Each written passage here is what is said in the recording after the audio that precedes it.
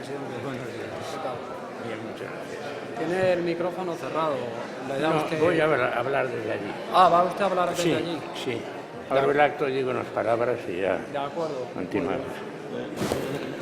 Entonces, que lo vea. El micrófono.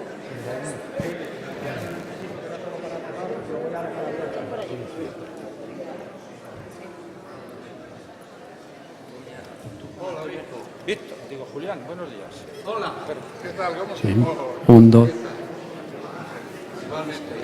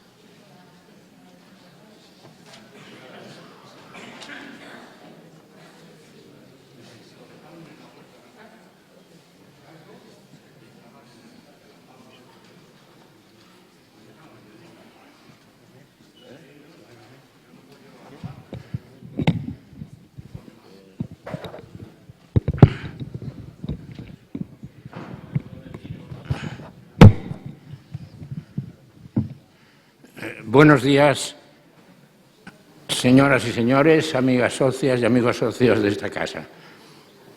Se abre el acto. Hace unos días, en la inauguración del curso académico que tiene el Ateneo este año,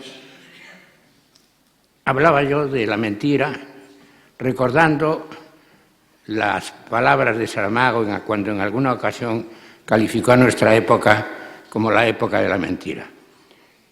Y decía también que si hiciéramos una comparación en este reinado de la mentira entre distintos países, desgraciadamente España se llevaría la palma. Seguimos viviendo en el mundo de la mentira y el mundo de la mentira genera la injusticia más radical. En el mundo de la mentira porque se nos ha ocultado, se nos pretende ocultar lo más glorioso de nuestra historia, lo que fue la Segunda República, lo que fue la defensa de la Segunda República por el pueblo español frente a la ofensiva militar, lo que ha sido la lucha contra la dictadura durante largos años, durante todo el tiempo que duró esta dictadura. Y se nos pretende además engañar, mentir, disimulando la barbarie que representó la dictadura y cuyos resultados estamos todavía padeciendo. Señoras y señores, aquí está una serie de representantes que tienen que luchar por la verdad, una serie de luchadores por la verdad y también de víctimas de la dictadura. El Ateneo se honra en recibirles, con a todos ustedes, y querríamos que esta reunión, este acto, fuera un paso importante hacia la recuperación de la verdad y de la justicia en nuestro país. Muchas gracias por su presencia.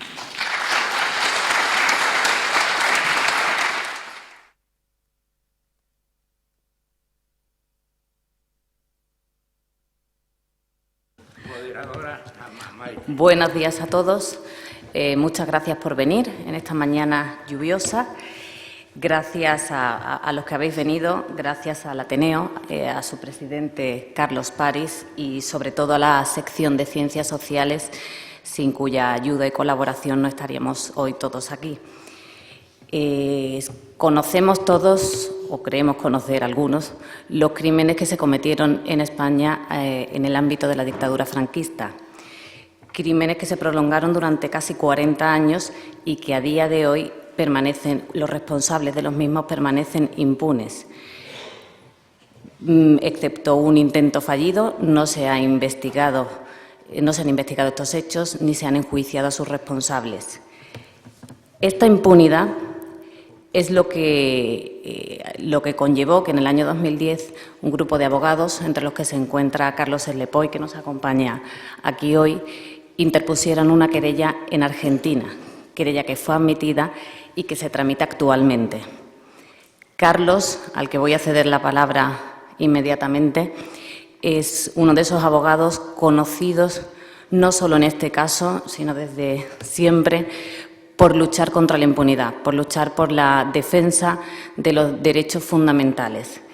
Es una persona que para los abogados jóvenes, siempre en los corrillos de abogados jóvenes he escuchado ya más de una vez, yo de mayor quiero ser como Carlos. Así que ya sin más le cedo la palabra, que va a ser la persona que en primer lugar nos sitúe y ubique en cómo está el procedimiento actualmente. Bueno, muy buenos días a todas y a todos. Agradecer al Ateneo que acoja este acto. Celebrar que la Asociación por los Derechos Humanos de España, institución decana en la defensa y promoción de los derechos humanos, se haya presentado en estos días, ya se ha presentado la querella ante el juzgado argentino. Y comienzo destacando algunas paradojas que estamos viviendo. Algunos de ustedes sabrán, recordarán, y otros probablemente no, pero es bueno saber que en este momento está cumpliendo pena de prisión en España Adolfo Scilingo. Adolfo Scilingo fue un militar argentino que, marino de la Marina, de la Armada Argentina, que actuaba en el centro clandestino de la Escuela de Mecánica de la Armada, donde se lanzaron unas 5.000 personas al mar aproximadamente, desaparecieron de ese centro clandestino. Y Scilingo fue objeto de un juicio en España. Fue condenado por la Audiencia Nacional, por la Sala de lo Penal de la Audiencia Nacional, a 640 años de prisión. Y posteriormente, recurrido a esta resolución, el Tribunal Supremo elevó esta pena a 1084 años de prisión, de tal modo de que Scilingo, que fue detenido en España en el año 1997, sigue cumpliendo pena de prisión en España. Y decía que esto constituye una paradoja porque cuando el Tribunal Supremo lo condenó a Scilingo, lo hizo en aplicación del principio de justicia universal, por una parte, es decir, que España se arrogó, felizmente, la facultad de perseguir crímenes contra la humanidad, genocidios, en otros lugares del mundo, y se la sigue arrogando. Hay muchos procedimientos abiertos en la Audiencia Nacional persiguiendo crímenes contra la humanidad en otros lugares del mundo, como El Salvador, Guatemala, el Sáhara, etc. Y sin embargo, cuando ha tocado que se investiguen crímenes contra la humanidad en la propia España, el Tribunal Supremo ha declarado que no solamente la Audiencia Nacional no era competente, esa misma Audiencia Nacional que está instruyendo estos casos, sino que ningún juzgado español es competente para investigar estos temas, como ustedes saben. La sentencia del 27 de febrero del año 2012, por la cual se absuelve, entre comillas, a Garzón, se dice contundentemente de que hay una serie de obstáculos para comenzar una investigación en España, y estos serían la ley de amnistía, la prescripción, la circunstancia de que estos delitos no fueran crímenes contra la humanidad en España en el momento que se cometieron de conformidad con su legislación interna. Y volviendo a lo de Scilingo, quiero recordar o dejar presente que con Scilingo existía la misma situación. Es decir, en el momento en que Scilingo comete los crímenes, tampoco los crímenes contra la humanidad estaban legislados internamente en España. Y sin embargo, el Tribunal Supremo, respetando las normas del derecho internacional, lo que dijo es que independientemente de que no estuvieran previstos como tales crímenes contra la humanidad, debían ser condenados por el contexto de crímenes de lesa humanidad en que los delitos se cometieron y de conformidad con el derecho internacional. Esta doctrina, una doctrina señera muy importante en su momento, sin embargo se ha dado vuelta como un calcetín cuando ha tocado investigar los crímenes en España. Primera paradoja aparente en todo caso, y la segunda, de la que quería hacer referencia para entrar ya y brevemente en la historia de la querella argentina o en la situación actual de la querella, es la famosa doctrina Parotto. Estamos viviendo una situación en la cual las víctimas del terrorismo de ETA se quejan, y tienen su derecho a hacerlo naturalmente, sin tener en cuenta de que quienes cometieron los delitos han sido condenados, que han pasado algunos de ellos más de 20 años en prisión, y sin reparar aparentemente en que las víctimas del franquismo, respecto de los victimarios del franquismo, no hay uno que haya pasado un solo segundo en la cárcel. Sin embargo, el partido en el gobierno se permite participar en una manifestación declarando injusta una sentencia del Tribunal Europeo de Derechos Humanos que se ciñe absolutamente a la legalidad vulnerada por el Tribunal Supremo en su momento. Es decir, que no solamente que hay víctimas de una y otra categoría, sino que el Tribunal Supremo ha establecido una doctrina confirmada luego por el Tribunal Constitucional respecto de que los crímenes contra la humanidad deben ser perseguidos en todo tiempo y lugar y por todos los tribunales del mundo. Naturalmente, y en primer lugar, los tribunales del país donde el crimen se comete. Sin embargo, ha dejado a las víctimas del franquismo y a la sociedad española, que ha sido víctima de uno de los mayores genocidios cometidos en el siglo XX, en el más absoluto desamparo. Esto explica el porqué de la querella argentina, el porqué de el trabajo que ha llevado adelante el grupo de trabajo de desaparición forzada de personas de la ONU, reclamando que sean investigados estos crímenes, el derecho de las víctimas a la verdad y la justicia y la reparación, etc. Y siguiendo con las paradojas, en realidad el procedimiento y la querella argentina es hija de la justicia española. Esto es lo más contradictorio aparentemente, ¿no? Si no hubiera habido un juicio en España respecto de los crímenes de Argentina y Chile y del Cono Sur de América Latina, probablemente la querella argentina no existiría. Porque esta idea de la justicia universal fue desarrollada, consolidada por los tribunales españoles, entre otros por el Tribunal Supremo, en el cual se encontraba, por cierto, José Antonio Martín Pachín, que seguramente tendrá un momento para referirse a ello. Se inicia entonces la querella argentina y del mismo modo que las víctimas argentinas, chilenas y de otros países de América recurrían a la justicia española en su momento en búsqueda de la justicia que les era negada, hoy son las víctimas españolas las que recurren a la justicia argentina buscando que en algún lugar un juez, un tribunal de justicia las escuche. Se ha dicho muchas veces que es un bochorno de que se dice, y se dice con razón, que es un bochorno que haya recurrido a la justicia de otro país, porque en el propio no hay justicia. Esto es cierto, pero también es cierto que debemos estar orgullosos de que las víctimas busquen todos los medios posibles para lograr romper el muro de la impunidad que estamos viviendo.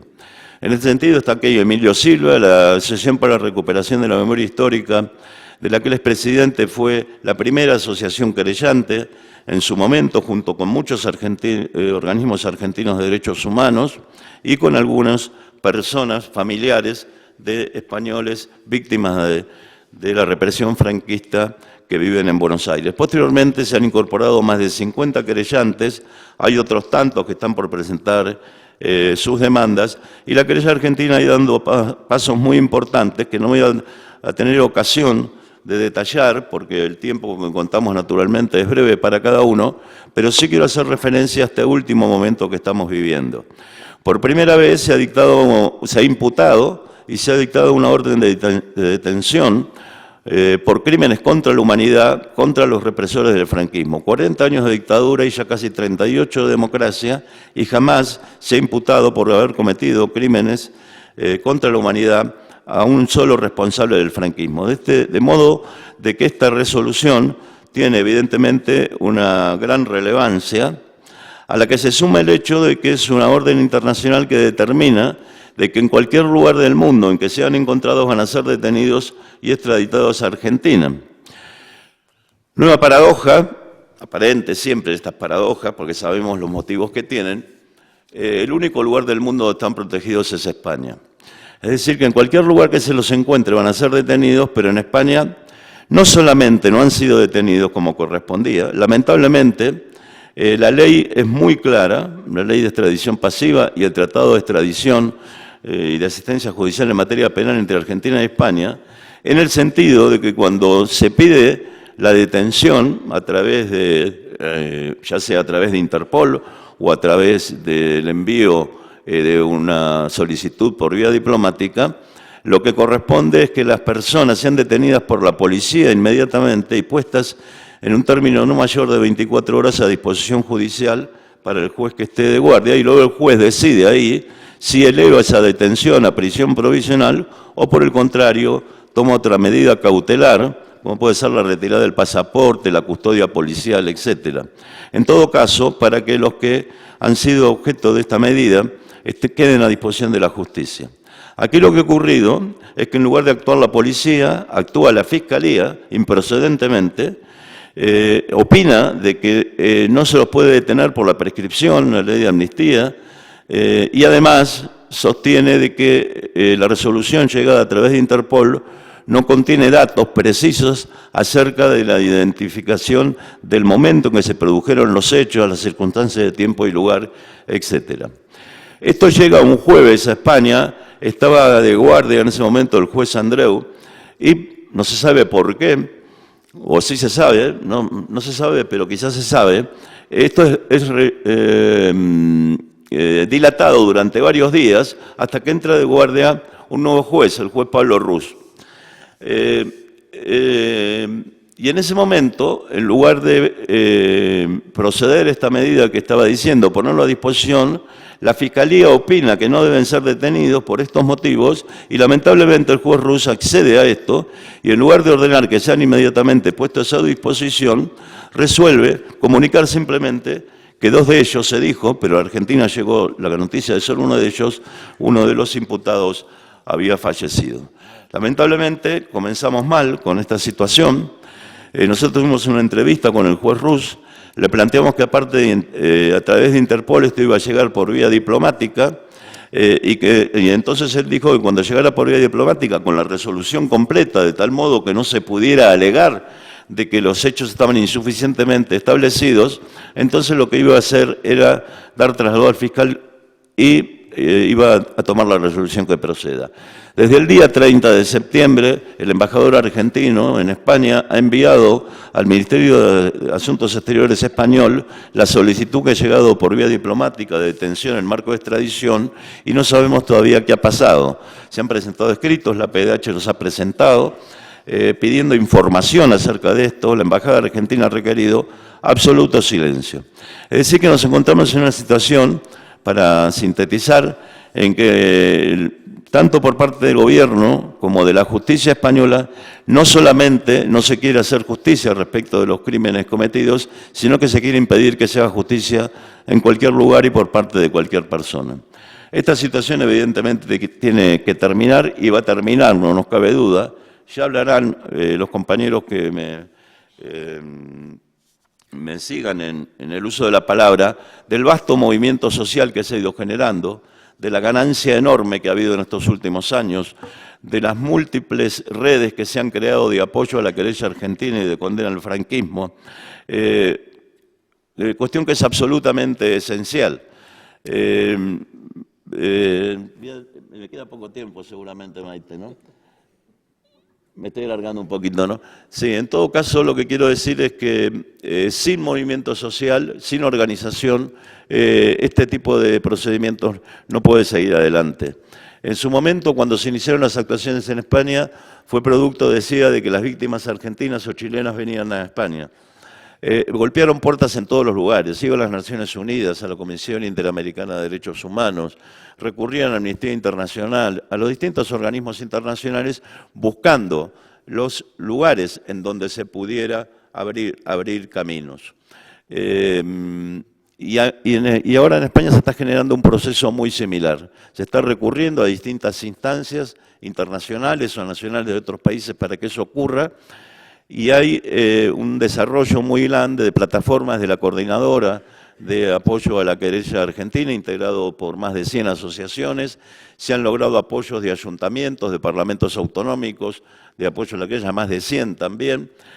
Por parte del Congreso Argentino, de la Legislatura de la Ciudad de Buenos Aires y de otras instituciones argentinas también se ha condenado el franquismo. Todo esto va creando un clima que hace pensar no solamente que la querella argentina va a seguir avanzando con nuevas imputaciones, con las solicitudes de extradición que va llegando, sino de que se está acercando el momento, y a mí no me cabe duda que va a ocurrir, de que haya algún juez español o algunos jueces españoles, algunos fiscales españoles que se atrevan a desafiar esta infame doctrina del Tribunal Supremo y haga posible que empiecen investigaciones judiciales en España. Esto hace un tiempo parecía lejano, yo creo que cada vez lo tenemos más cerca. Basta ver las manifestaciones que se han hecho por parte de la Unión Progresista de Fiscales y de Jueces para la Democracia, planteando de que era necesario que se produjera la extradición o en su defecto que estas personas fueran juzgadas en España. Por otra parte, en la Audiencia Nacional, que es el órgano que tiene que decidir las extradiciones, es cierto de que se han paralizado las investigaciones de Garzón en su momento, pero también es cierto que hubo 3 jueces que plantearon que la justicia española debía investigar estos crímenes. Por tanto, las fisuras que se están produciendo en el muro de impunidad del franquismo van a terminar por resquebrajarlo, a mí no me cabe ninguna duda, y en este momento la querella argentina es felizmente, y a pesar del bochorno que implica para la situación española, una vía muy importante para que esto ocurra. Por tanto, yo invito a que de todos los modos posibles, todos quienes estamos comprometidos en esta causa, apoyemos a la querella y apoyemos todas las manifestaciones para poner fin a la impunidad del franquismo. Me hubiera gustado hacer una historia más detallada de la querella, naturalmente el tiempo es tirano y en todo caso les agradezco mucho su atención.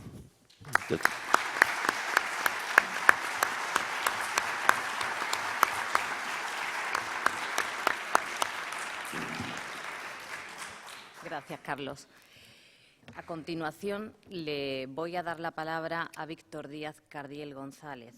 La Asociación Pro Derechos Humanos de España, cuando decide organizar este acto que entra dentro del ámbito de la línea de actuación de denuncias de este tipo de vulneraciones en concreto, ¿no se escucha? ¿Ahora? Sí, ahora sí.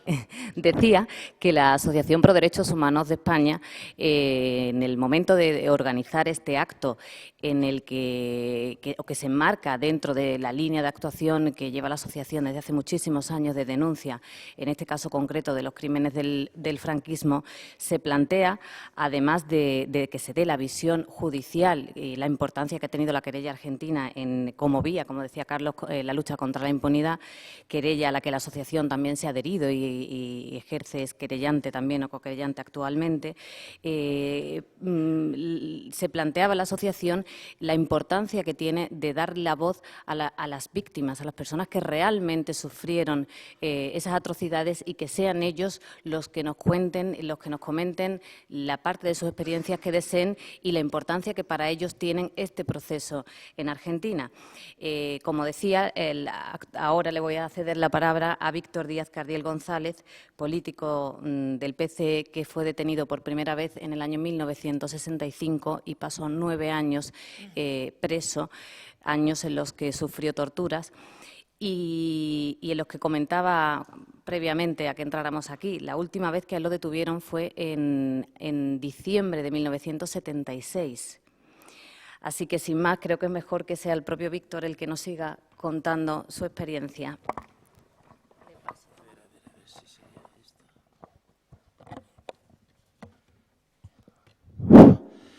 Buenos días.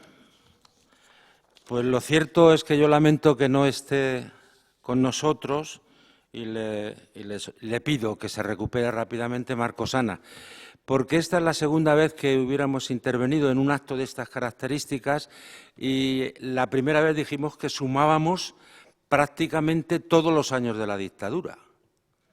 La dictadura duró casi 40, la democracia esta también está durando bastante y lo que está haciendo por esta causa, pues la verdad es que parece una continuidad, con todos los respetos a todo el mundo.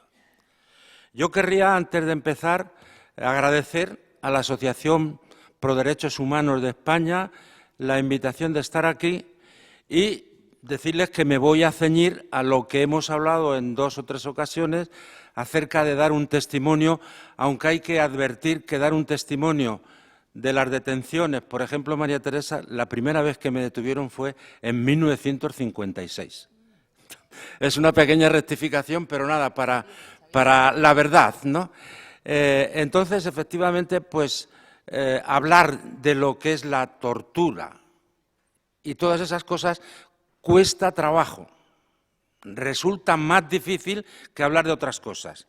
Esa es la primera consideración. Y la segunda consideración es decir ante todos ustedes que, efectivamente, en estos, en mi opinión, más o menos 3 últimos años, el movimiento social por la recuperación de la memoria, por la verdad, justicia y reparación, yo creo que ha hecho más que en los 30 y tantos años que lleva esta democracia. Y por una consideración, efectivamente, te dicen, entonces era muy próximo el problema del temor, el problema del miedo, el problema de no sé cuántas cosas, porque yo lo he oído decir, y no en un acto así, es que vienen los rojos, y había un temor tremendo. Los rojos ya han pasado y hemos vuelto a las andadas, literalmente, porque hoy se sigue deteniendo por cualquier cosa. Están intentando hacer un código penal que efectivamente se parezca a los códigos penales del franquismo. Por lo tanto, yo creo que eso es necesario y hay que reconocer que la coordinadora, yo creo que es estatal, para la querella argentina, ha impulsado esto considerablemente y, por lo tanto, otro reconocimiento de esta intervención. Ciertamente, no se había oído nunca que a 4 torturadores conocidos, alguno de ellos célebre, los hubiera imputado una juez y los hubiera procesado para hacer un juicio allí en Argentina. Lo lamentable es que haya que hacerlo allí y no hay que hacerlo aquí, pero las cosas son aquí. Antes se hacía aquí respecto a aquellos y ahora se hace de aquellos respecto a aquí. Es un trabaluengas, pero la verdad es que es así. Y luego hay que reconocerle también la importancia que tiene la presencia de una delegación por los desaparecidos en España, que según decían ayer en otro acto, somos la cabeza de los países que tienen más desaparecidos. Yo no sé si puedo verificar este dato, pero la verdad es que eso parece que es así. Las 2 consecuencias de la querella y de la presencia de la delegación han sido coincidentes.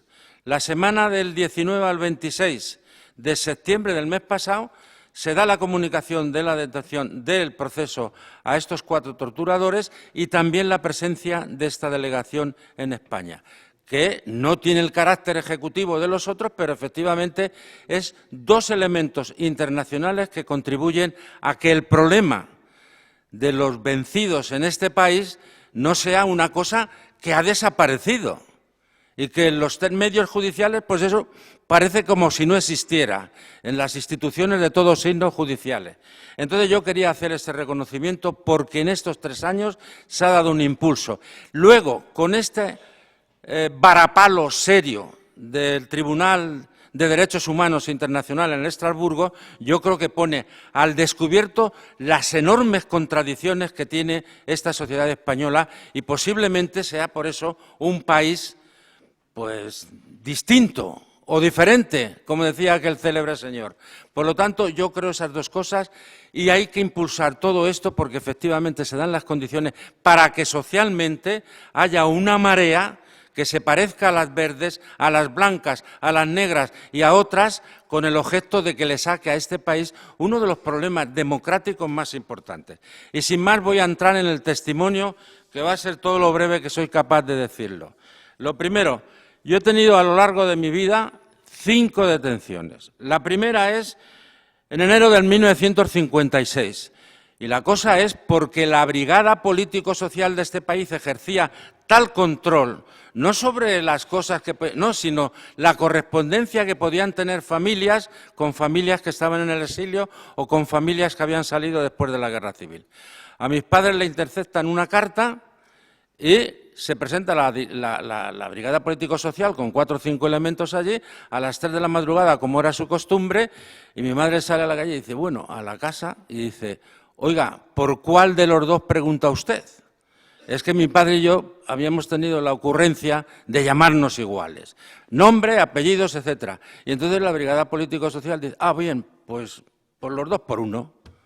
Una cosa que les sonará a muchos, que dijo un presidente del gobierno en este país, que si era por uno, que podían ser 2.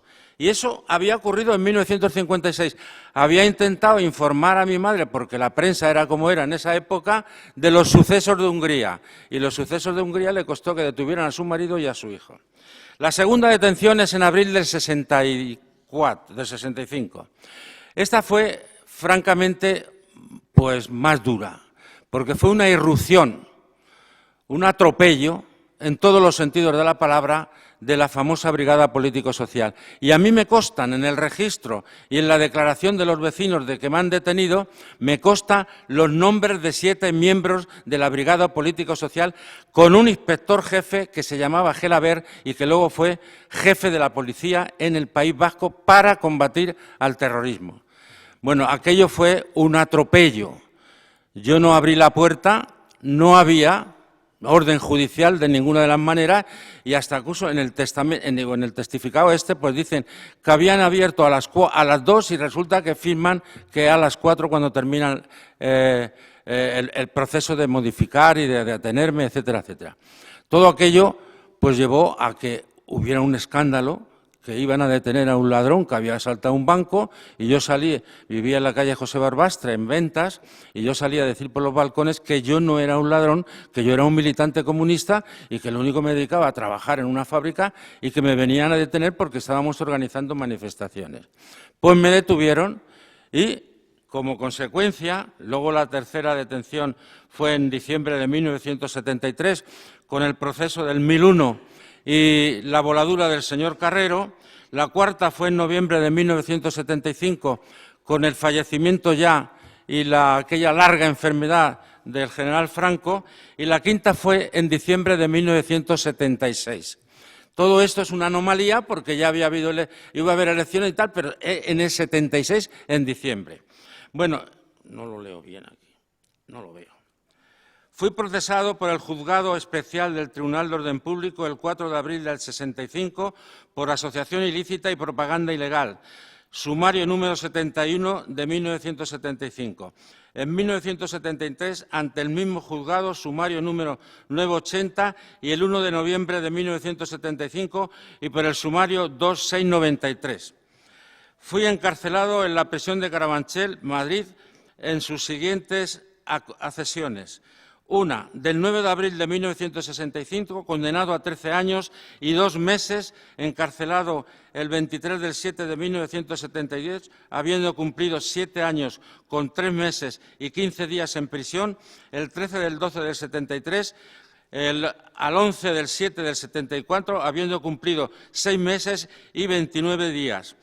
El 21 del 11 del 75 al 2 del 12 del 75, habiendo cumplido 12 días. Y el 23 de diciembre de 1976, creo que fue el 22, no sé por qué está aquí errado, al 30 de diciembre de 1976, habiendo cumplido 8 días en concreto. Yo creo que esto es evidente de que han sido casi 40 años, prisiones no han acabado y el régimen murió matando.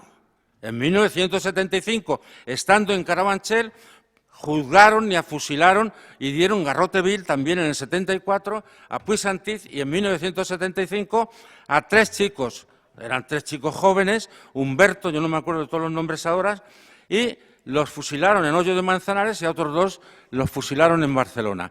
El régimen ha muerto matando y, en consecuencia, aquí no ha habido exactamente ninguna contemplación con los vencidos.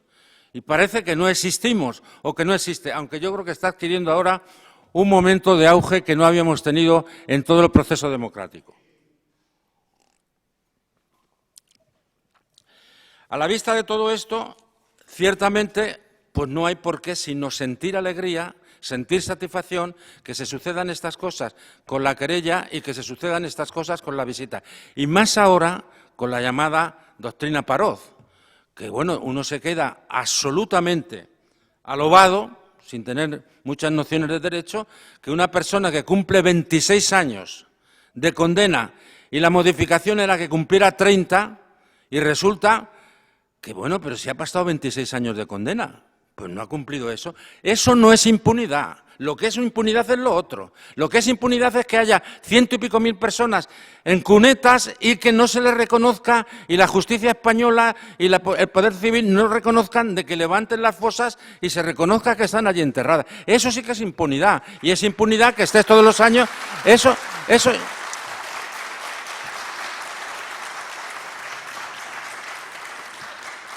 yo creo que hay que distinguirlo. Hay que distinguirlo con el objeto de que efectivamente en España se haga una verdadera investigación de por qué han pasado estas cosas y que se conozca la verdad y que se haga justicia. Y luego lo otro, pues bueno, si lo hay bien, pero si no, no. Porque a mí me lo ha habido y a mi padre, que también estuvo condenado, y sin embargo, pues a mí, porque no había cumplido los 65 años en diciembre de 1991, se me quita. Y el actual ministro de Justicia nos aplica como una cosa benefactora de él y nos aplica inclusive reteniéndonos la hacienda, y a mí me llega a mi casa la indemnización y resulta que me viene un exhorto que me dice que si no pago me embargan. Digo, pero bueno, esta justicia en este país, ¿cómo es?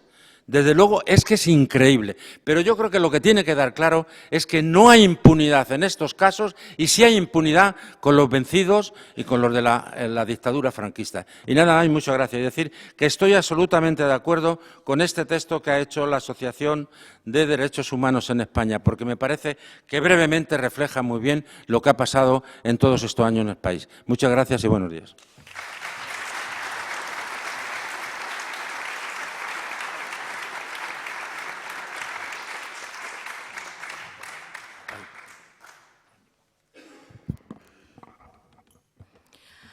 A continuación, le voy a ceder la palabra a Elia Martínez Cava Carrasco. Elia es educadora, política, ha sido víctima también de los crímenes franquistas, fue detenida por primera vez, esta vez espero no equivocarme, a los 14 años, y por última vez en abril de 1976 también, Víctor en diciembre y ella en abril. Elia, cuando una compañera de la asociación le propuso venir, dudó al principio, le ha costado mucho decidirse, pero finalmente ha tenido la generosidad de querer acompañarnos hoy aquí y de dar su testimonio también. Gracias. ¿Sí se me oye? Ahora sí. Gracias también a la asociación, gracias a la asociación, gracias a la justicia argentina, pero de una manera especial, gracias a Manuel y a Julia. Ahora sí, yo creo que todavía estoy nerviosa. Estaba dando gracias a la asociación, a la justicia argentina por intentar llevar a los torturadores a juicio, a la justicia, pero además de una manera especial gracias a Julia y gracias a Manuel. Amigos, porque cuando me llamaron es verdad que no estaba dispuesta y me costó. Y estos días he pensado, y todavía al estar hoy aquí todavía más, es que no me consideraba víctima. Cuando además me hablaron de que estaría al lado de Marcos Ana y de Víctor, que conozco y que conozco sus historias, lo mío me parecía muy poco. Y entonces no tenía sentimiento de víctima. Y yo creo que estas semanas, y perdonar que a lo mejor la voz me tiemble, me han ayudado a tomar conciencia de que sí que lo soy. Lo soy yo. Y lo fuimos los jóvenes que fuimos detenidos en abril del 76. Mi historia de cuna, nací ya en una familia comunista y, por tanto, yo creo que la militancia la he llevado desde los pañales. La primera detención, yo voy directa, fue a los 14 años, llevaba coletas y fue en Vallecas, en el Pozo Torribundo, que organizamos una manifestación por la alfabetización de los vecinos. Llegaron los grises, pegaron y algunos de los jóvenes tiramos piedras, entre ellos yo. Se dispersaron, yo nunca he sido una deportista y evidentemente me metí en una chabola. La familia que vivía en la chabola yo creo que todavía lo recuerda y me pide disculpas. Entraron los grises y me detuvieron. Me hicieron un juicio militar, pero me tuvieron que sobreseer porque tenía 14 años. La siguiente fue al cabo de los 2 años, que todavía era menor de edad, en un 1 de mayo, en un recorrido de princesa detenían a mi madre y en el otro recorrido me detenían a mí. También nos tuvieron en Gobernación, pero al cabo de las 24 horas mi padre iba a buscarme, mi madre se quedó y a mí me sacaron porque todavía era menor. Y en la tercera ocasión, como decía Víctor, sin llegar a su extremo, fue más dura. Estábamos un grupo de jóvenes de la Unión de Juventudes Comunistas de España.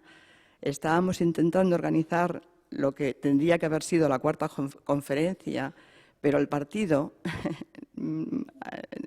orientó que sería preferible no realizarla porque la situación de seguridad no acompañaba. Estábamos hablando de abril del 76. Franco ya no estaba. Y se vivía en un momento en que parecía realmente que se empezaban a despuntar posibilidades de cambio. No se realizó la cuarta conferencia, pero sí que sin acatar las órdenes del partido hicimos una reunión con todas las personas que habían venido de los diferentes puntos de España. Cuando se acabó la reunión, las personas que componíamos el grupo de responsabilidades fuimos a celebrarlo. Y cuando salíamos de la celebración, esto era un sábado de Semana Santa, nos detuvieron. Y me es difícil, me sigue siendo difícil lo que se siente. Hablo yo, pero no me han otorgado su derecho, pero yo creo que hablo en nombre de los que estuvimos en aquel tiempo en Gobernación bajo la Brigada Político-Social, que yo creo que es difícil darse cuenta de lo que supone estar en una situación como esta. Estás aislado, lo físico, las torturas físicas que la hubieron, en mi caso también, y además oyes que hablan diciendo cuidado, porque en mi caso había un atenuante, no sé si atenuante o no, estaba embarazada de 2 meses y medio. Entonces les oyes, ¿no? Cómo hablan delante de ti diciéndote la tenemos que dar de esta manera para que no se note, pero lo vamos a dar de esta otra manera para que aborte, porque si no saldrá otro rojo podrido, como toda su familia. Y esto se hace duro. Y se hace duro cuando ves que a tu compañero, porque de las personas que detuvieron está mi compañero sentimental, el padre de esta criatura de la cual yo estaba embarazada, lo ponen delante tuyo y ves cómo lo torturan. Y cuando te suben y te bajan, ves al compañero de al lado. Y nos sirve que de pronto otro compañero valiente haga un poco o nada silbando la Internacional y otro conteste con Itaca y esto te dé fuerzas para, al cabo de las 2 horas, te vuelvan a subir. Se nos declaró el decreto antiterrorista. En mi caso salía a los 5 días, pero el resto de los compañeros los mantuvieron 8 días. A veces cuando pienso en ello, yo creo que eso fue duro, pero yo creo que todavía fue más duro salir. Fuimos a la prisión, en la prisión, ayer lo comentaba con la familia, que incluso yo me planteaba a veces si realmente perdía la criatura por las torturas. Pero me planteaba incluso si era una mala madre, cómo había podido ser que yo no aguantara esa situación para que después derivara en la pérdida de la niña, que era una niña. Y, por tanto, ahora que ha pasado este tiempo, doy las gracias otra vez porque eres consciente de que los torturadores son ellos, que la víctima soy yo, y yo actué como creía, ¿no? Pero cuando salimos, yo creo que otra de las cosas que nos tuvimos que enfrentar los 8 jóvenes es al aislamiento también político con uno mismo, de decir, no he cumplido las expectativas, ¿cómo puede ser que haya caído todo el aparato, el Comité Central, la Comisión Ejecutiva de la Juventud? Yo, que en aquel momento además era responsable, y te viene todo el mundo, todo ese mundo tuyo se te viene encima, ¿no? Y es a partir del paso de los años cuando empiezas a ser consciente, y sobre todo estas 2 semanas, lo agradezco, porque los jóvenes nos hemos reunido, hemos hablado, hemos expresado nuestros sentimientos, pero yo creo que tampoco hemos llegado a ser conscientes de la detención, cuándo se produjo, de qué manera, que todavía en aquellos momentos hubiera las torturas que hubo, y tomar conciencia de que somos las víctimas. Por tanto, gracias de nuevo, y a partir de ahora, si mi testimonio y nuestro testimonio, hay algunos de los jóvenes que también están sentados entre el público, yo creo que podemos decir que si nuestro testimonio puede servir para que la justicia argentina haga más hincapié, lo tenéis. Gracias.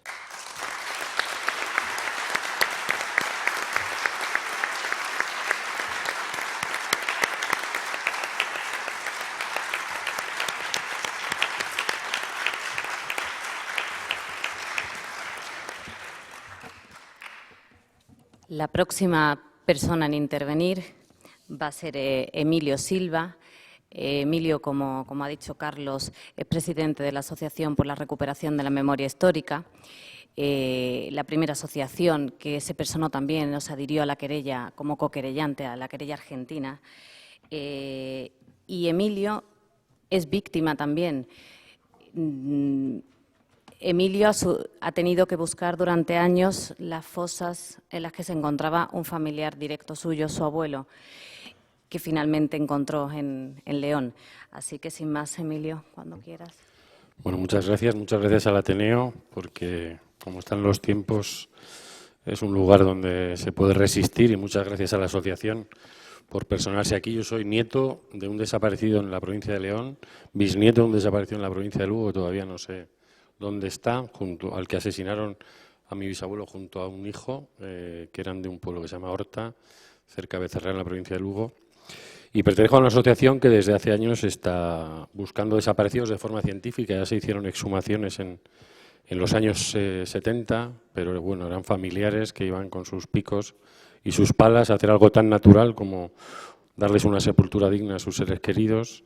Pasó el tiempo y digamos que nosotros hemos podido incorporar otro tipo de técnicas antropológicas, arqueológicas o forenses. Y bueno, en ese camino, digamos, hacia la búsqueda de la justicia, pues siempre nos hemos encontrado con un muro, ¿no? La primera vez que conseguimos la intervención de una jueza fue en Villablino, en León. Estábamos exhumando en Piedrafita de Bavia una fosa de 7 personas y le pedimos a la jueza, como dice la ley de enjuiciamiento criminal que tiene que hacer, que se personara en la fosa, y ella se negó. Después se asustó, bueno, porque un medio de comunicación, la cadena SER, le dio bastante caña y acaba de llegar al juzgado, y entonces nos llamó por teléfono. Desgraciadamente no sabíamos de ninguno de los responsables de aquellos 7 asesinatos, pero ella en ese momento nos preguntó si teníamos alguna información o si ella tenía que llamar a alguien a declarar, ¿no? Ella hizo unas pruebas de ADN con cargo al Estado, que se hicieron en el Instituto Toxicológico, y ahí se quedó la cosa. En agosto del año 2002 nosotros fuimos al grupo de trabajo de desaparición forzada, que recientemente ha estado aquí, a entregarle los casos de 64 desaparecidos. Justo el día antes de salir en coche hacia Ginebra, donde está el grupo de trabajo, nos releímos las condiciones y vimos que teníamos que haber hecho una gestión ante el gobierno, ante una institución española, antes de entregar los casos en Ginebra, y bueno, se nos ocurrió meterlos por el defensor del pueblo el día antes, pero ninguno de los 64 casos que habíamos cumplimentado con una ficha que tiene Naciones Unidas había hecho nunca antes ninguna gestión ante una institución española, ¿no? Lo cual nos estaba contando cuál había sido el recorrido, el miedo que habían tenido la mayoría de estas familias y la desconfianza en un Estado en el que no pueden confiar cuando pues está tomando decisiones políticas como la que tomó el Partido Popular en el Parlamento hace 3 días de no participar con su voto en la exigencia de una retirada de los monumentos que todavía hay a la dictadura franquista. La resolución de este grupo de trabajo es que solo nos aceptaba casos posteriores al 24 de octubre de 1945, que es la fecha en que se crea la ONU, Y en ese caso nosotros llevamos dos casos de dos guerrilleros antifranquistas del AGLA, del Levante Aragón, de la agrupación guerrillera del Levante Aragón. Uno desapareció en el 47 y otro en el 49.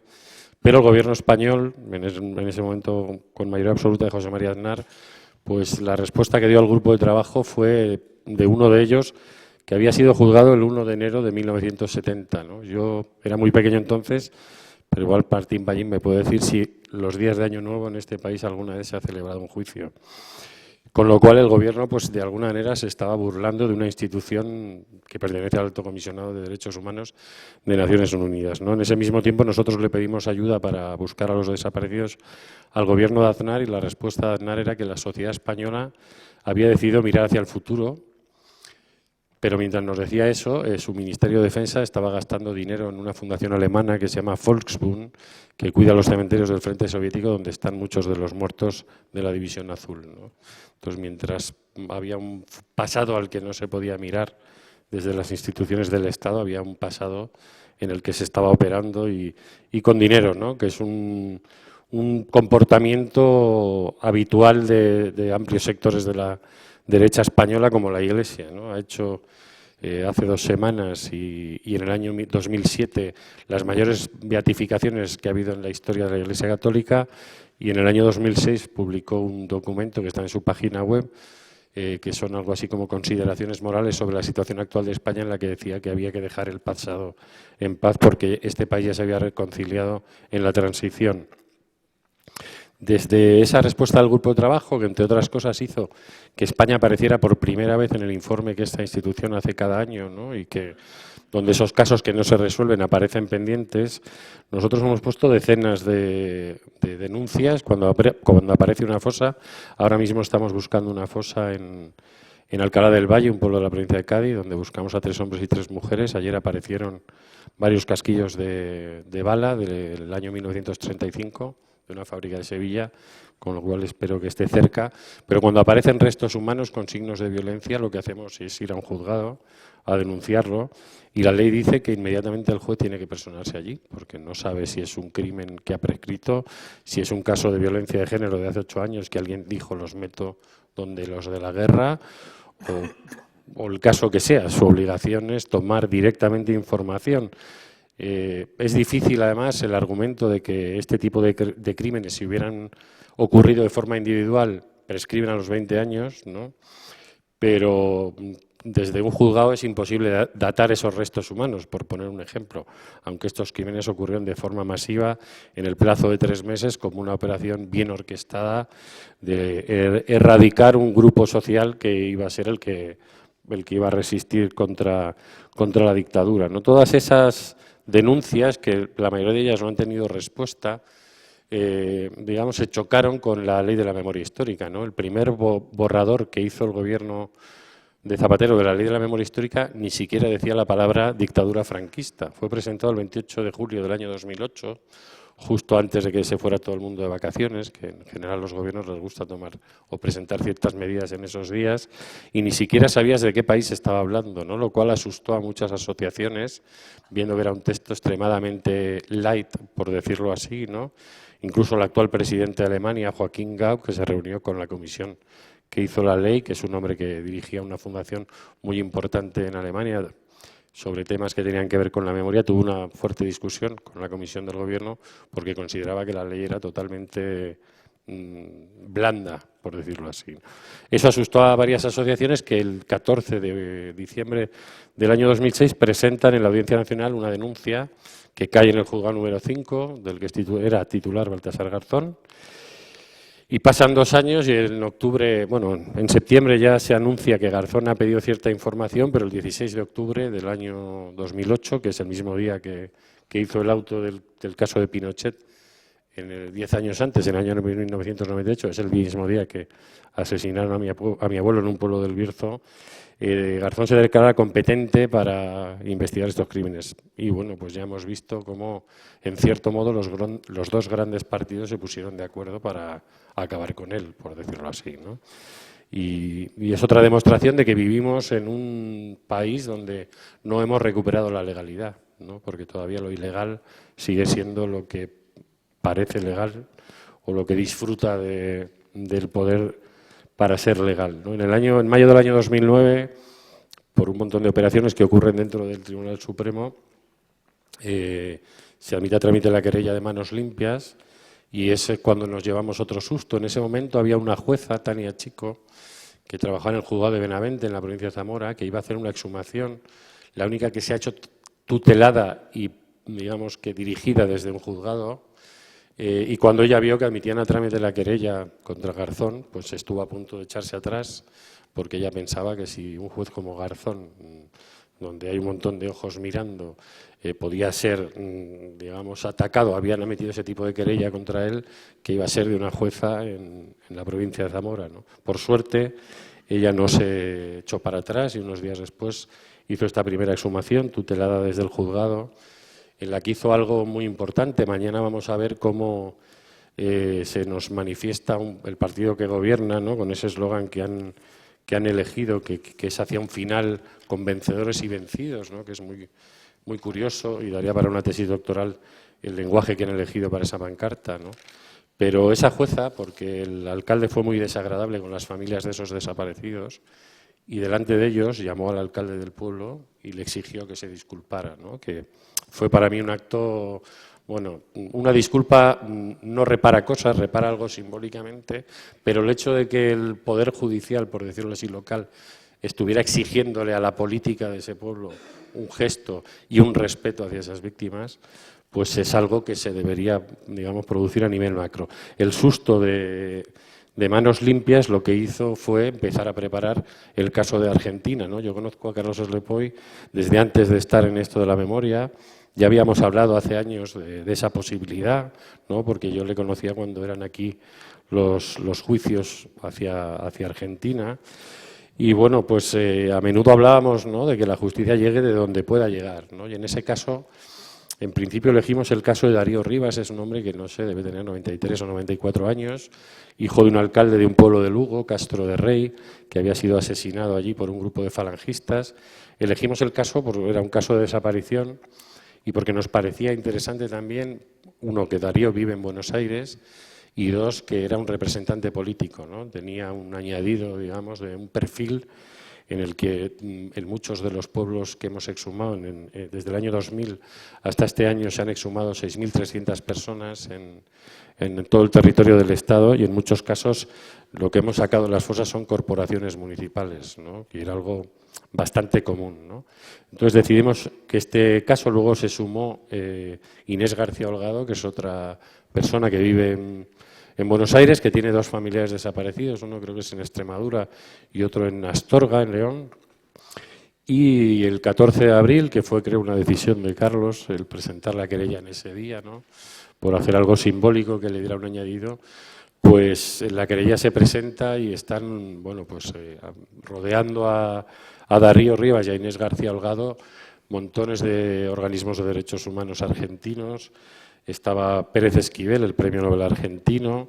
Acabaron cantando canciones de la guerra. Yo tengo un vídeo que es muy emocionante, ¿no? Y hay una foto que es un abrazo entre Nora Cortiñas, que es una de las más importantes representantes de las Madres de Plaza de Mayo, y Darío Rivas, que yo creo que debería estar en todos los museos de este país, ¿no?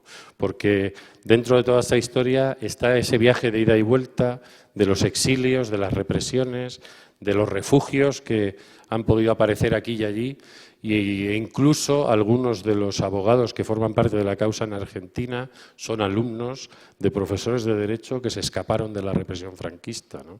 Como fue el caso de Jiménez de Asúa y Ribakova, y es un viaje que está permanentemente de ida y vuelta, ¿no?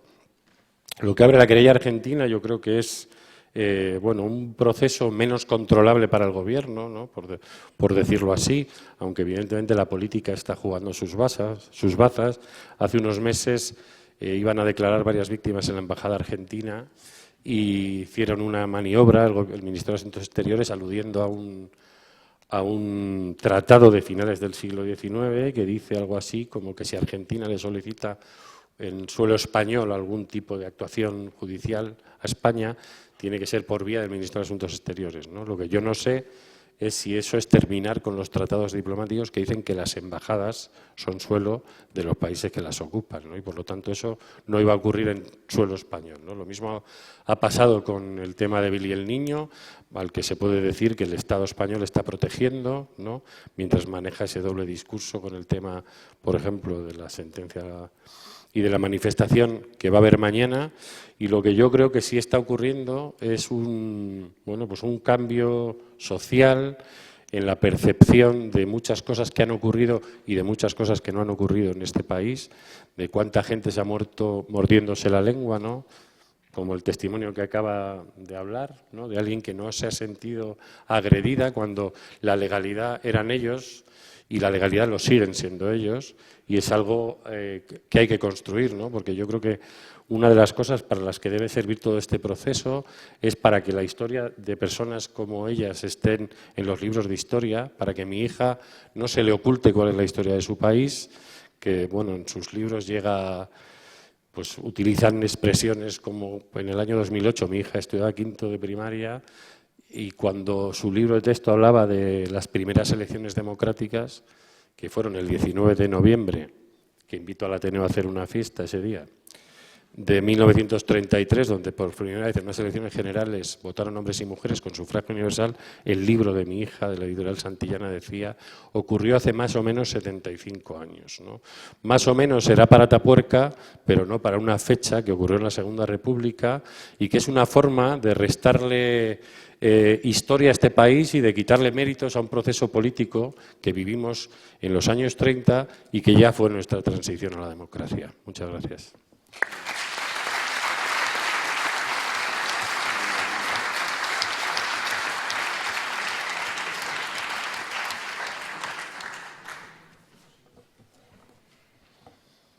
El último interviniente, sin perjuicio de la clausura final, es José Antonio Martín Pallín. José Antonio creo que no necesita presentaciones, es un jurista muy reconocido y conocido por todos.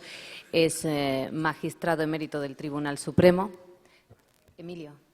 Perdona. Me están indicando, eso es, gracias. Magistrado emérito del Tribunal Supremo, actualmente es comisionado de la Comisión Internacional de Juristas, presidió la Asociación Pro Derechos Humanos de España entre los años 1985 y 1989, si no erro en las fechas, y ha escrito numerosos artículos sobre este tema. Es una voz quizás de las más autorizadas de este país. Muchas gracias. Buenos días.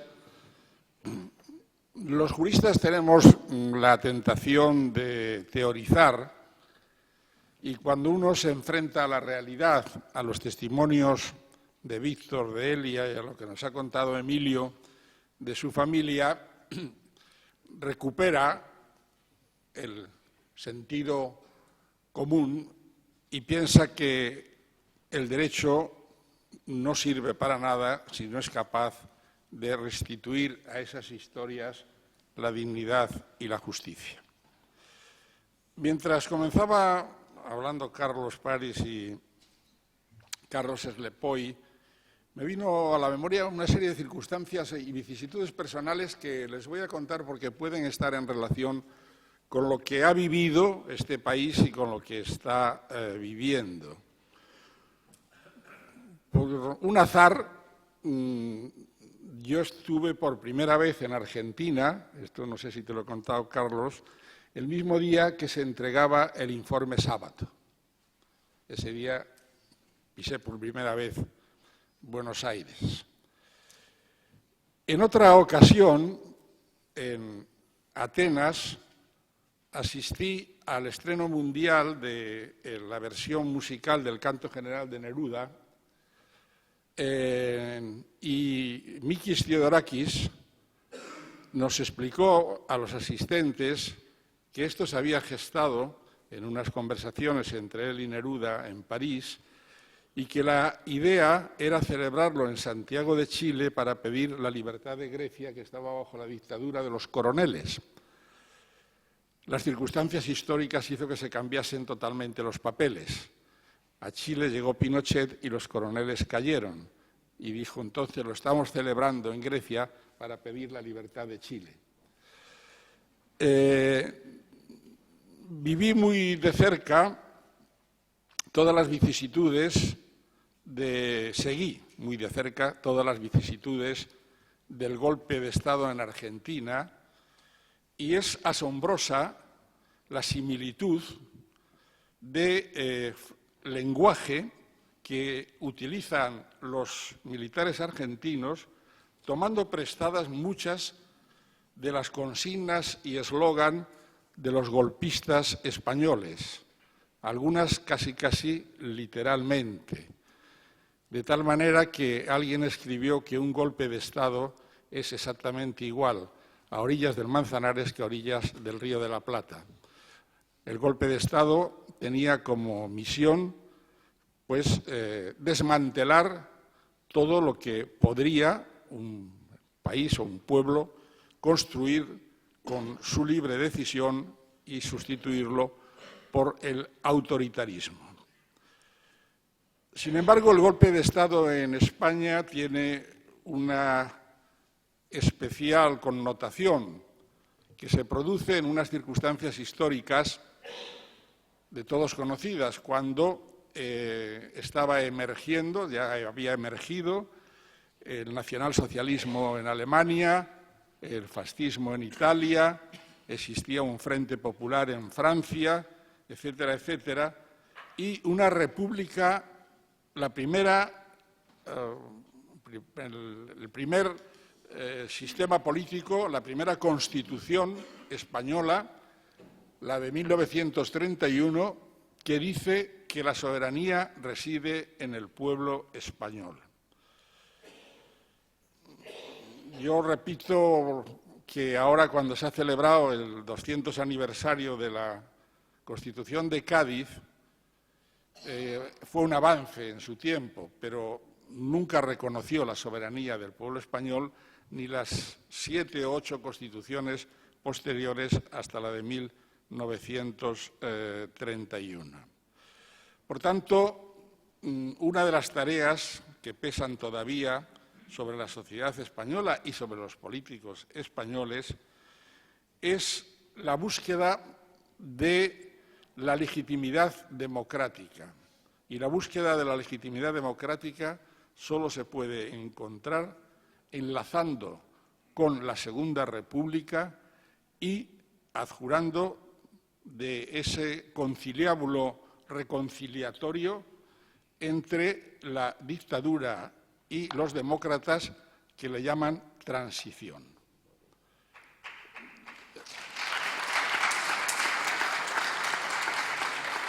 Miren ustedes, en Alemania, en Italia, en Argentina, no queda el más mínimo residuo de la dictadura. ¿Se imaginan ustedes en la Constitución de Bonn o los políticos alemanes haciendo alguna concesión, aunque fuera meramente retórica, a Hitler? Pues bien, los políticos españoles, lo ha dicho Emilio, pero reiteradamente, no ni una ni otra vez, se resisten a eliminar ya no la ideología, porque la llevan muy dentro la mayor parte de ellos, sino los símbolos. Y esto en Alemania es delito. Yo siempre cuento un aspecto que es muy significativo de cómo se ha entendido, incluso por algunos jueces españoles del Tribunal Supremo, esto de la transición o el enlace de la Constitución del 78 con la Ley Orgánica del Estado.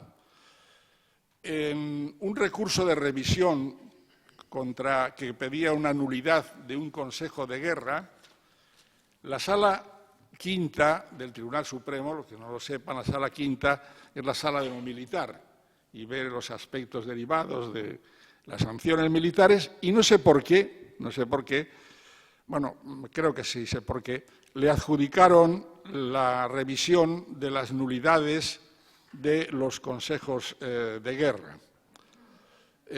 Reiteradamente se pronunciaron en contra, sacaban la famosa amnistía, etcétera, etcétera, Pero hay una sentencia que dice algo verdaderamente espeluznante. Dice que no pueden anular el Consejo de Guerra porque al fin y al cabo era el ordenamiento jurídico legal vigente en aquella época. Yo les digo que si esto lo dice un juez alemán, está expulsado de la carrera y seguramente procesado. Fíjense ustedes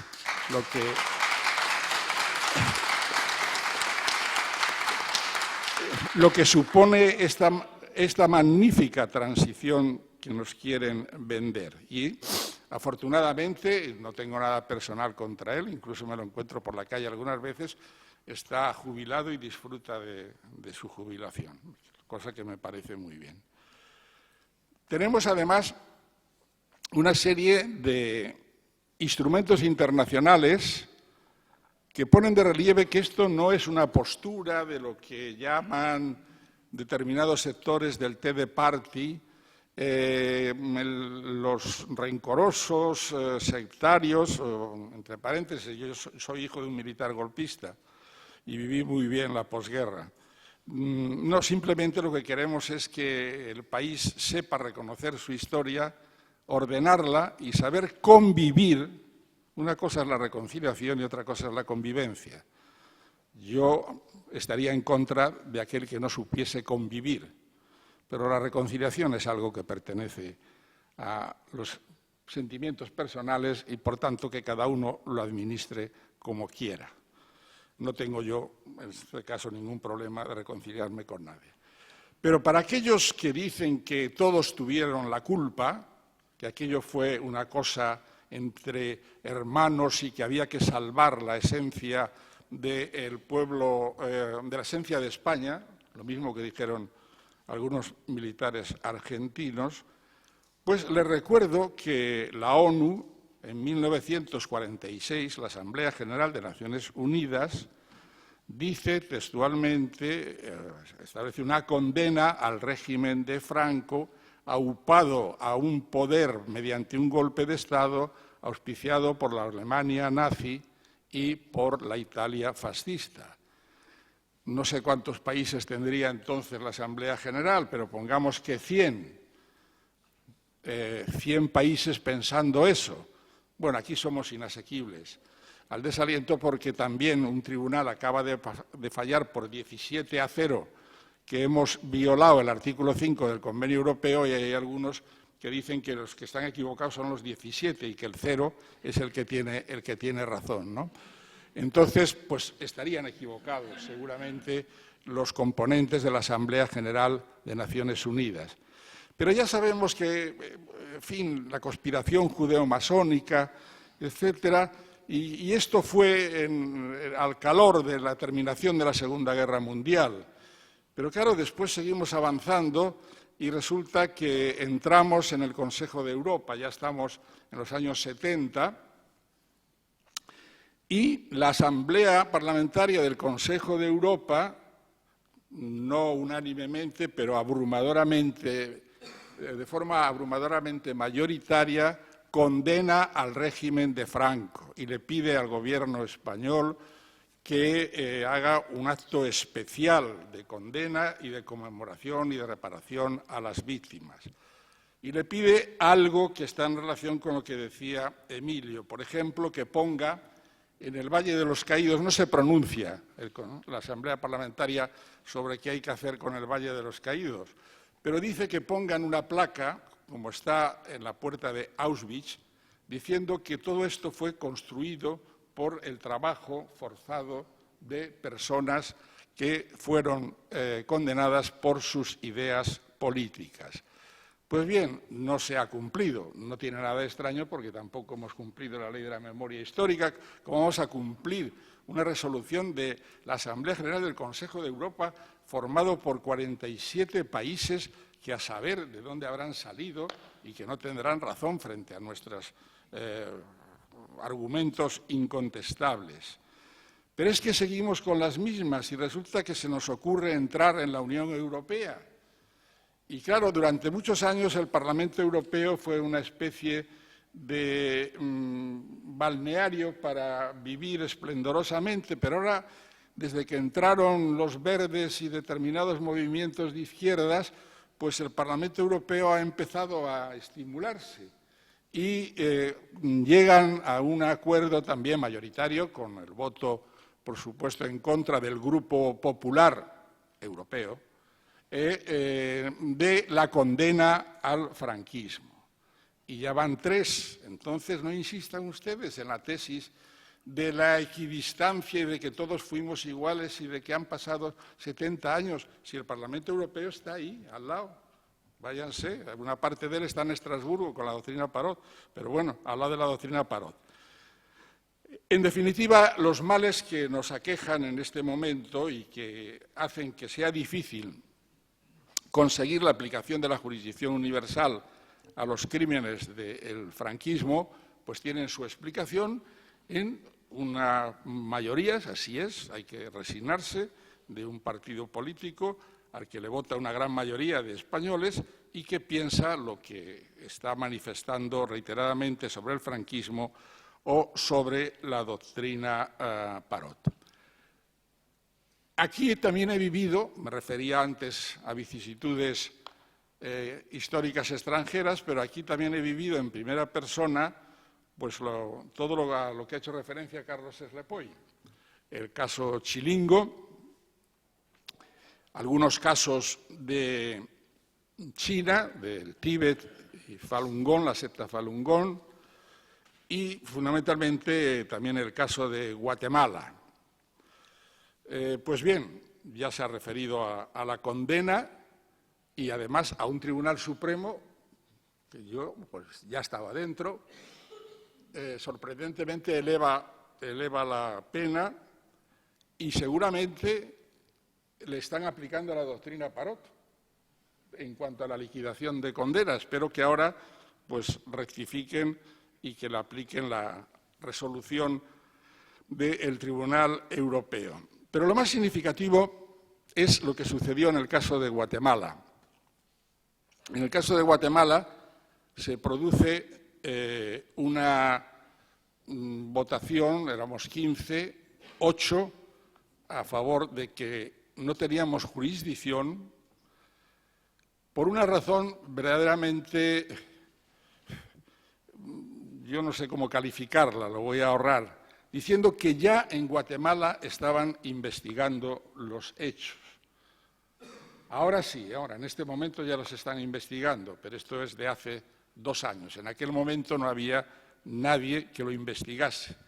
Es más, se va a reabrir el caso del asesinato masivo en la Embajada de España, con el asalto, el incendio, la muerte de un diplomático español y la muerte de un número indefinido y grande de indígenas. Ahora, seguramente a principios del año que viene, se celebrará el juicio en Guatemala. Espero que en América Latina, como no están en tiempos ahora de golpes militares, se permita que esto se lleve a efecto.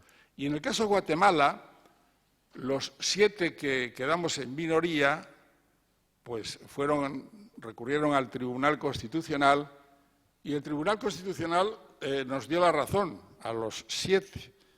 A mí me encanta quedarme en minoría porque me ha dado la razón el Tribunal Constitucional, también me quedé en minoría en el caso Parot y me ha dado la razón el Tribunal de Estrasburgo. Así que, bueno, no es una mala posición. Pero el Tribunal Constitucional dice algo que no se ha modificado. Es que es asombroso porque esa sentencia está vigente. Y esa sentencia dice que la jurisdicción universal es universal precisamente porque no tiene límites en cuanto a sujetos activos, pasivos, etcétera, y siempre que se trate, por supuesto, de crímenes contra la humanidad, crímenes de lesa humanidad, genocidio, tortura, etcétera. Sin embargo, aquí se modificó la ley orgánica para cercenar la jurisdicción universal, exigiendo víctimas españolas y, bueno, la situación ha cambiado ligeramente. Y llegamos al momento presente en el que el gran obstáculo que surge a partir de lo que podía ser un principio de restitución y de reparación de la verdad histórica y de la dignidad, que era la llamada ley de la memoria histórica, que, como todos hemos dicho más de una vez y lo habrán escuchado, comienza mal porque no se llama ley de memoria histórica, sino de un nombre ininteligible que ocupa 3 líneas en el Boletín Oficial del Estado. Pero bueno, para abreviar, le llamamos la ley de la memoria histórica. Y ahí había una cierta base, a pesar de todas sus deficiencias, había una cierta base para comenzar a restituir la verdad histórica. Yo creo que la verdad histórica está abrumadoramente restituida, pero la verdad jurídica, la verdad política y la verdad judicial. Porque a última hora se consiguió colar, en contra incluso del partido entonces gobernante, el Partido Socialista, 2 artículos en los que se dice que los tribunales que dictaron las sentencias de los consejos de guerra eran ilegítimos y que las sentencias eran injustas. Esto está artículo 2 y artículo 3 de la Ley de la Memoria Histórica. Pues bien, para que vean ustedes lo habilidosos y la fantasía que tenemos los juristas, por cierto, que ahora se acaba de incorporar a la querella argentina el asesinato judicial de Lluís Companys. Pues bien, la Generalitat, no unos exaltados y rencorosos herederos de aquella nefasta república, sino la Generalitat, pide al fiscal general del Estado que inste la nulidad del proceso de Lluís Companys, precisamente basándose en el artículo 2 y 3. Oiga, si es que no hace falta ir a una facultad de Derecho, y ahora además está difícil con las tasas. Léase usted, si el tribunal es ilegítimo y la sentencia es injusta, hombre, lógicamente eso será nulo. No hace falta un gran alarde de sapiencia jurídica. Pues no crean ustedes que estaba todo dicho, porque el fiscal general del Estado dice, hace un triple mortal y dice, no, efectivamente, reconozco que eran ilegítimos y que eran injustos, lo cual nos lleva a la conclusión de que la sentencia no es nula, sino inexistente. Y claro, que a uno lo fusilen por una sentencia inexistente es realmente una mala suerte en la vida, que te fusilen por una sentencia inexistente. Bueno, veremos a ver qué dice ahora la jueza argentina, que tiene ante sí una realidad muy cruda del fusilamiento del presidente de la Generalitat. Y en cuanto a, y con esto termino, las ejecuciones extrajudiciales o desaparición forzada de personas, se ha dicho, no sé si nuestra cifra es de las más altas de la historia de la humanidad, es lo mismo. No creo que tenga ningún sentido hacer un cómputo estadístico del número de desaparecidos. Lo cierto es que están ahí, en las cunetas, esperando que un resto de dignidad de las instituciones judiciales les devuelvan de esa sombra en la que están a la realidad de su familia. Yo creo que, y lo viví además aquí en el Ateneo, la entrega de los restos de que se habían encontrado en una fosa en Valdenoceda a sus familiares. No se reprodujo suficientemente, pero fue verdaderamente emocionante. Creo que uno de los nietos se dirigió y dijo, querido abuelo, ahora podemos llevarte con tu familia.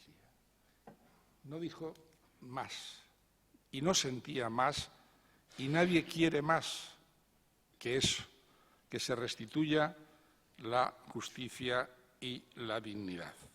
Espero que haya jueces y juezas que, perdiendo el temor a las presiones y consecuencias del sistema, y es lamentable tener que decirlo, porque es un sistema democrático, simplemente pongan en marcha los mecanismos que le facilita la ley de la memoria histórica, que abran las fosas, que se lean la ley de enjuiciamiento criminal antes de que la cambien, y que vean que allí aparecen restos que, por las circunstancias, Emilio me acaba de enseñar la foto de la fosa de Sevilla a la que se refería, con restos de casquillos de bala, otras veces con cráneos agujereados, y tampoco hace falta ser un experto forense para llegar a la conclusión de que esos restos seguramente proceden de una muerte violenta.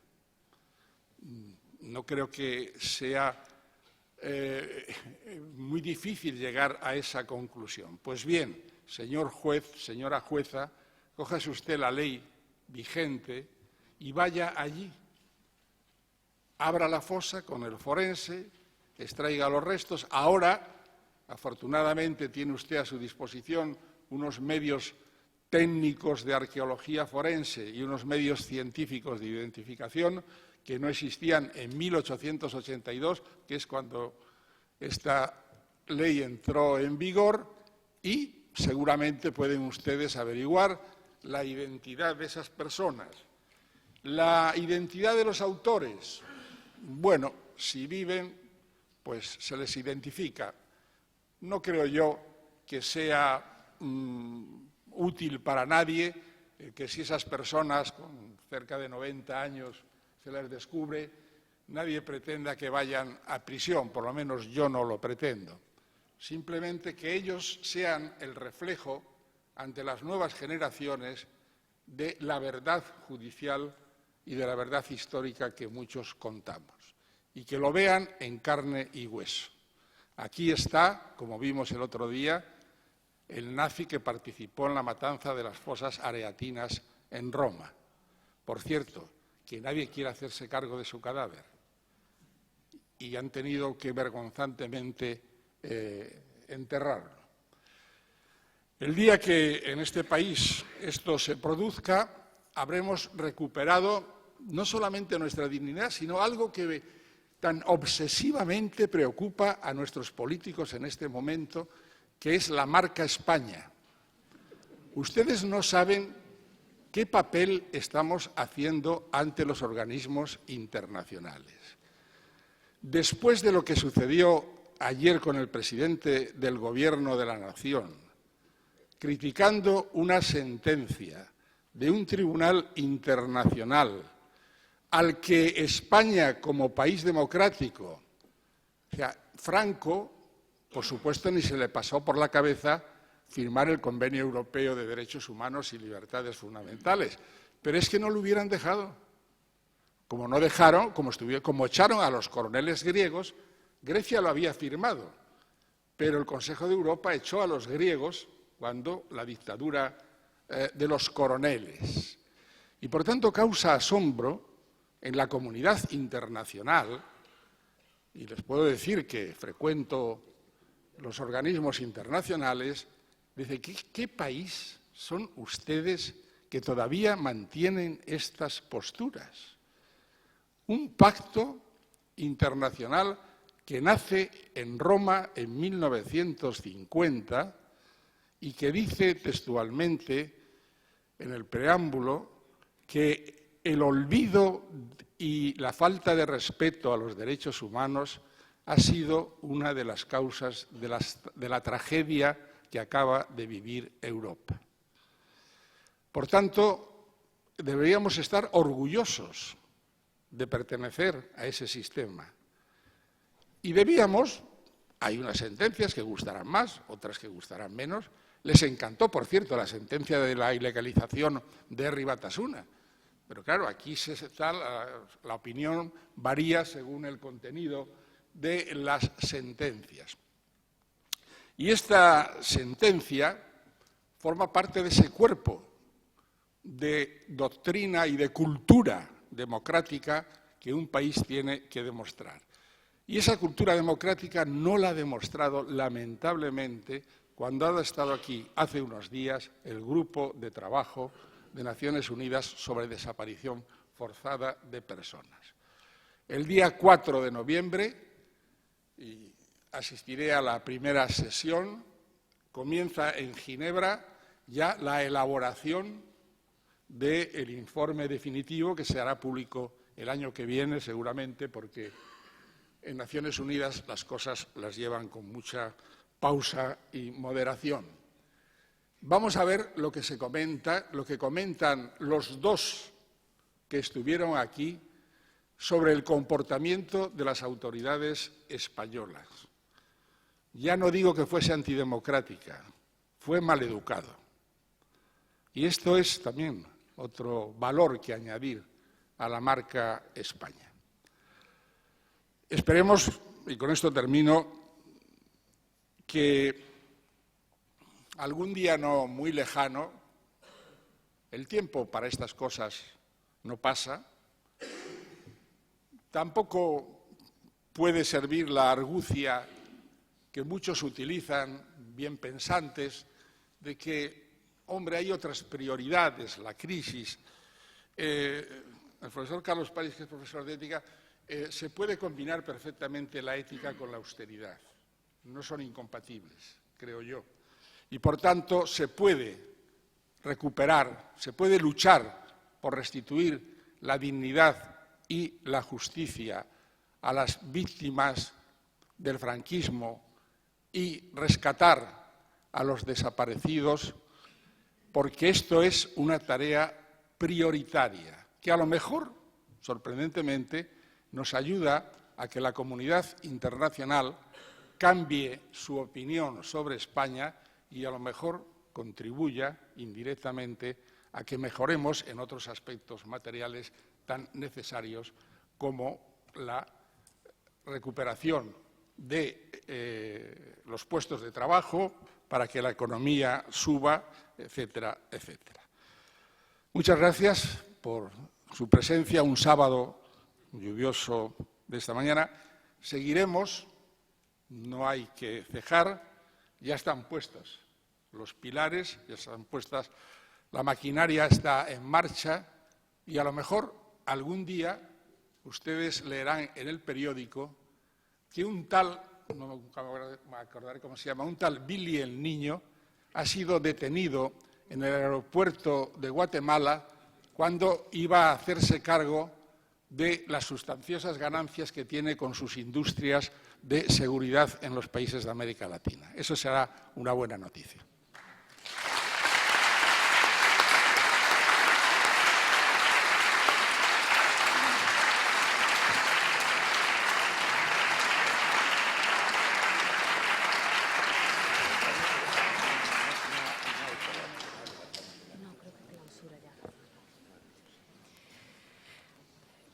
Termino por mi parte agradeciéndoles de nuevo su presencia en este acto y va a clausurar el mismo el presidente de la Asociación Pro Derechos Humanos de España, Jacinto Lara Bonilla.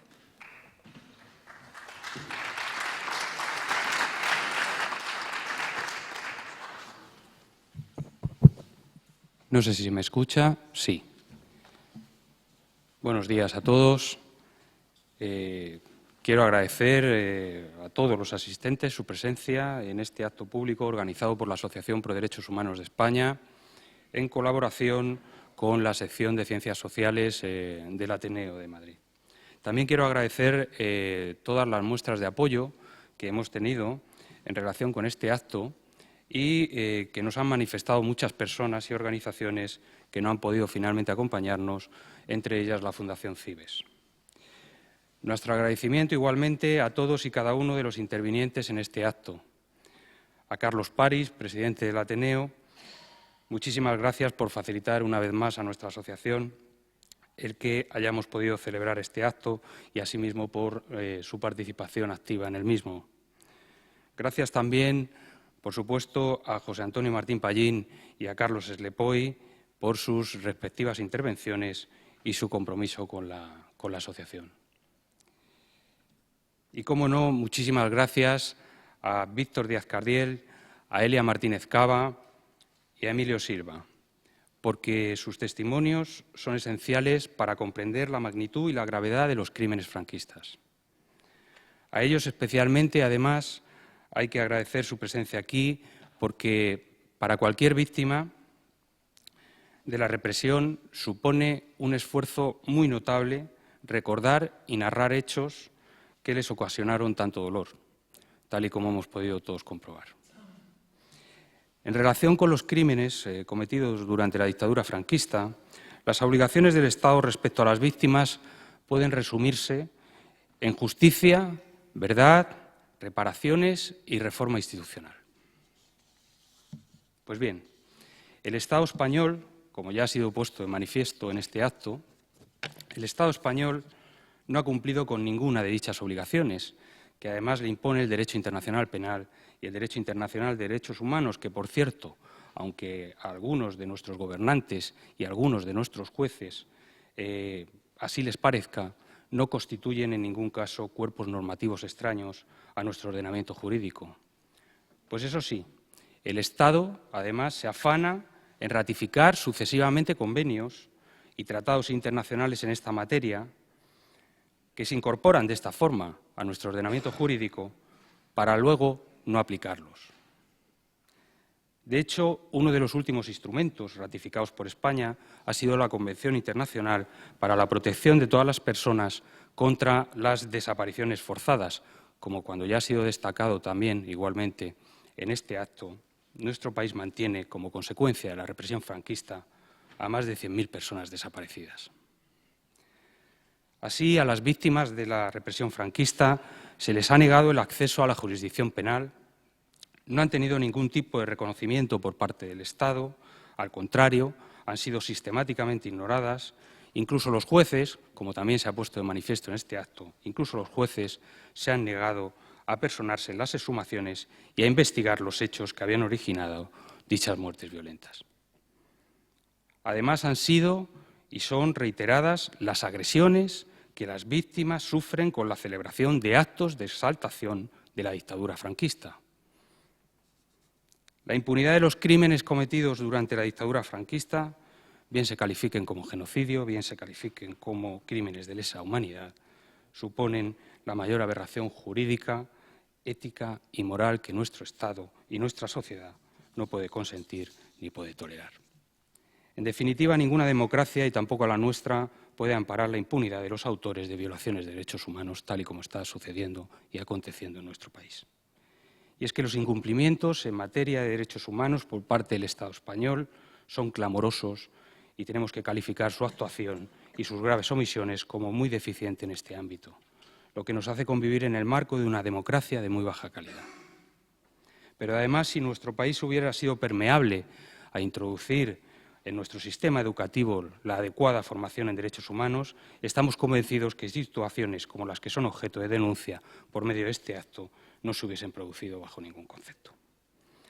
De todo ello deviene, además, la importancia sustancial de la querella criminal que, por los crímenes citados, se tramita actualmente en Argentina, gracias al trabajo y al esfuerzo de víctimas, asociaciones y a un equipo de abogados magnífico. No quiero extenderme más, pero eso sí, me van a permitir, antes de finalizar, que tenga un recuerdo especial a dos personas. En primer lugar, a nuestro querido Marco Sana, que finalmente, por algunos problemillas de salud intrínsecos a su edad, no ha podido acompañarnos, a pesar de habernos expresado la ilusión especial que le hacía intervenir en este acto. Y en segundo lugar, no puedo terminar sin tener un recuerdo a nuestro querido Nacho Montejo, que falleció el pasado mes de julio, compañero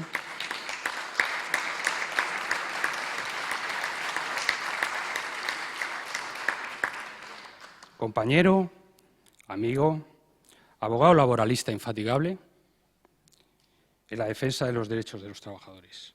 y además miembro de la Asociación por Derechos Humanos de España desde prácticamente su constitución. Luchó contra la dictadura y tuvo que soportar el horror de perder a algunos de sus compañeros como consecuencia del asesinato en enero de 1977 de los abogados laboralistas de Atocha 55.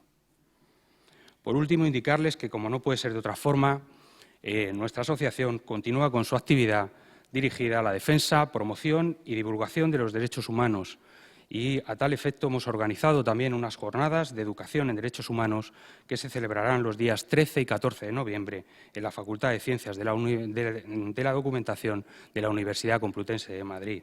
Tienen a su disposición el programa de dichas jornadas por si estuvieran interesados en asistir a las mismas. Muchísimas gracias por su presencia.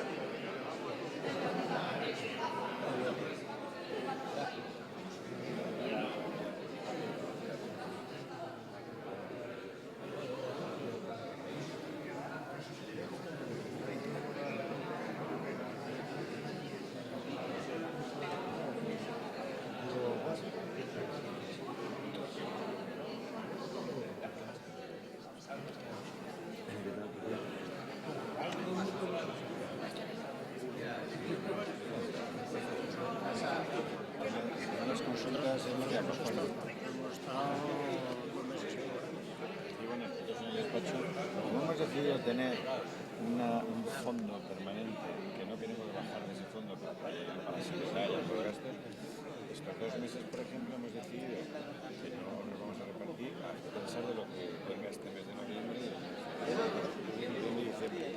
Pero para que haya cobertura, porque es que la forma ya sabemos que no paga desde un año de retraso, la nuestra consulta, que es lo que fundamentalmente era el futuro, trabajado. Y claro, nuestros despachos son clientes con poca capacidad. Al final hay que tener mucho para ese programa, estas prestaciones. Pero bueno, yo situación excepcionalmente distinta a las anteriores. Hemos pasado épocas malas, pero esto... gente mayor, que es muy jodido, ya con unos hábitos adquiridos. Es muy difícil reciclarte. Reciclarte, los jóvenes con un móvil y un ordenador te montan un despacho, necesitamos más sanitarias, infraestructura, necesitamos el papel, donde podemos trabajar digitalmente. Sí, eso tiene su complicación. Pues ahora tenía yo que estarle dando los juicios de falta para que se fuese jugando. ¿Qué coño? Si es que estoy con un medio de juicios de falta. Sí, no. Nos vemos. Pero esta cojones que siempre me confunda Nacho. Pero bueno, nos vemos, ¿eh? Hasta luego. Es una... Pero bueno, saldremos a hablar. Es decir, eso no hay más cosas. Eso hay una cuestión evidente, y es que la experiencia que tenemos, y tenemos mucho bagaje y el ver hacia atrás, eso se dice, el fondo de clientes que tenemos es muy importante. Entonces, eso pero tú tienes mucha gente que le has asistido, que evidentemente tienen amigos, hermanos, parientes, sobrinos, conocidos que seguirán enviando trabajo.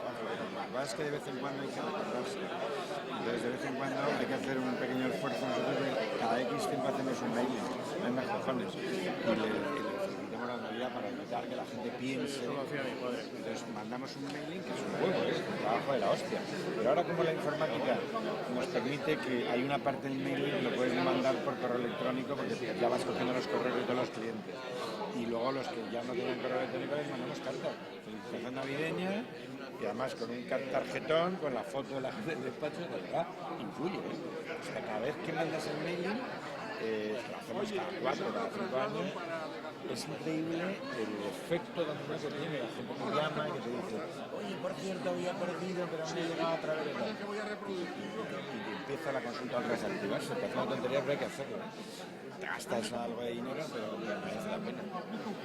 Y no pasa nada, ese rollo que decían el tema de la protección de datos, es verdad que nosotros tenemos un bagaje de cliente, la metido en el ordenador y en todo el mundo, tienes que notificárselo a la gente de protección de datos, nosotros lo hicimos en su día, y es verdad que en el mailing ese, como al cliente cabrón que te manda a tomar por culo o que saca cabreado porque no te ha debido pagar y te manda la mierda, a ese hay que borrarlo.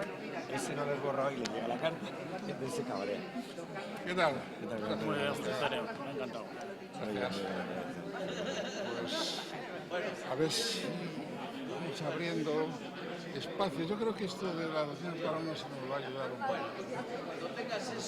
Bueno, el lema es cautivo y desarmado del Ejército Rojo, mañana es un partido, ¿no? Lo de mañana, además, lo de la manifestación, que el PP vaya institucionalmente como partido, es un escándalo y un oportunismo de decir, antes de que se manifiesten cuando... Así es esa cosa. Ya, pero bueno, es que va a captar votos de la derecha por ahí. Por eso los otros han salido, han dicho antes de que la manifestación nos pase por delante, nos ponemos a la cabeza de la manifestación. Ha pasado un oportunismo vergonzante. Ayer tuvimos otro rato, porque ahora ya no paramos de hacer actos. Ni siquiera el partido en el poder. Es que además, el PSOE, que van a asesinar a Lluc y a gente, se ha dejado arrebatar todo esto. No se han apoderado de las víctimas. Por ejemplo, Luis Portero, mi hijo anda con estas coñas. Un último amigo mío, en una promoción siguiente. Yo le he dicho, oye Daniel, ¿tú qué piensas que tu vida, profesión, víctima, vas a hacer eso toda tu vida?